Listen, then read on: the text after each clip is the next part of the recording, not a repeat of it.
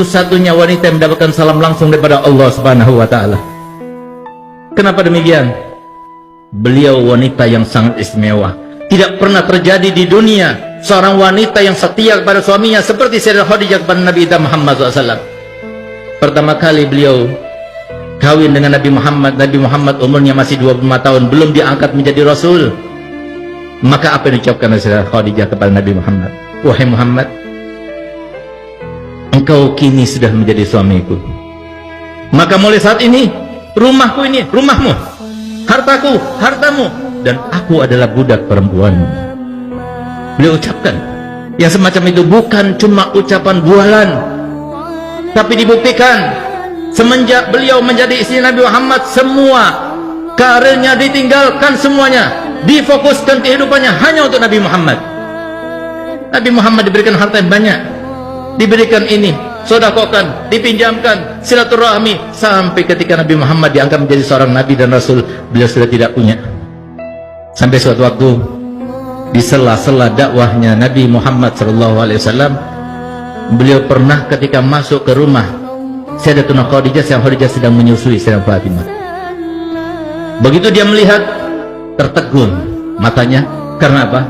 Ternyata air susu yang diminum oleh Sayyidah Fatimah berwarna putih bercampurkan merah. Kenapa? Karena beliau sekeluarga Nabi Muhammad dengan Sayyidah Khadijah dan Sayyidah Fatimah tidak makan 3 hari 3 malam, sehingga tidak keluar lagi air susu yang berwarna putih. Di saat itulah Nabi Muhammad SAW meneteskan air mata, tertegun.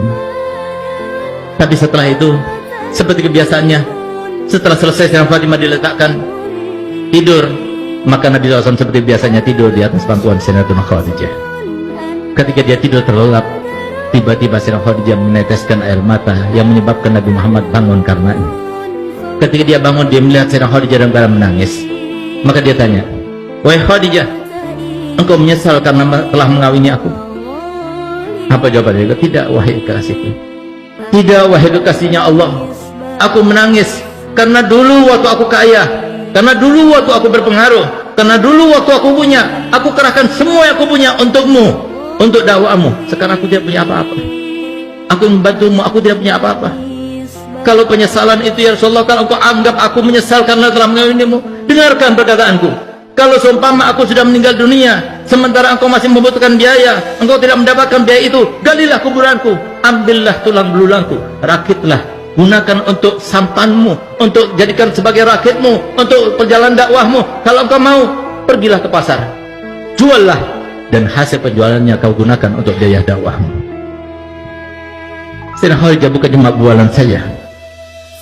Sampai detik-detik akhir umurnya, ketika beliau dalam keadaan sakaratul maut, yang bahkan beliau tersenyum pun sudah tidak bisa, yang dengan kesaksian Nabi Muhammad dan sumpahnya Nabi Muhammad, "Demi Allah, seumur hidupku aku tidak pernah melihat Sayyidah Khadijah melakukan suatu tindakan, mengucapkan suatu ucapan yang membuat hatiku risau dan galau karenanya.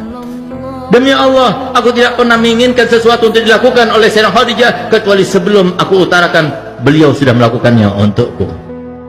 Beliaulah ketika beliau dalam keadaan menanggung rasa sakit yang luar biasa ketika sakaratul maut, maka beliau meneteskan air mata di depan Sayyidatuna Fatimah dan Sayyidatuna Ummu Kulsum yang hanya berduaan yang menjaganya Sayyidah Khadijah.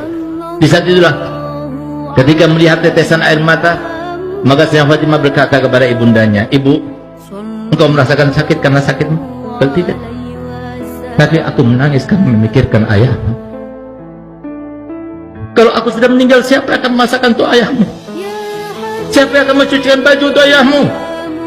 Siapa akan menyenangkan hati ayahmu?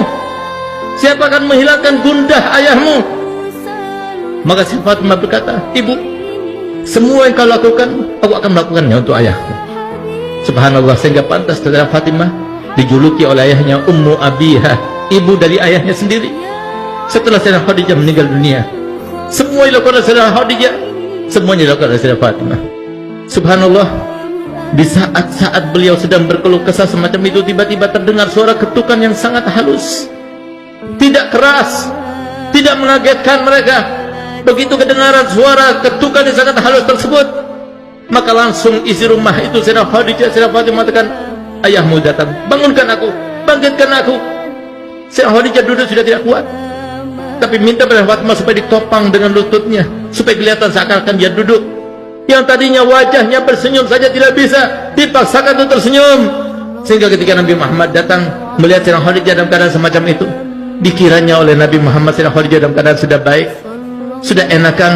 Maka Nabi Muhammad, kalau begitu aku akan meneruskan dakwahku. Dia keluar kembali. Setelah keluar beberapa langkah ke depan, tiba-tiba Sayyidah Fatimah membuka lagi pintunya dan memanggilnya, Abah, Abah, ibu sudah meninggal dunia. Sampai detik-detik akhirnya tidak mau melihat Nabi SAW dalam keadaan risau. Inilah akhlak ahlul bait. Ini akhlak yang diajarkan Nabi Muhammad SAW kepada anaknya, kepada istrinya. Semuanya berkorban untuk apa? Meraih ridhonya Allah. Mahal ridhonya.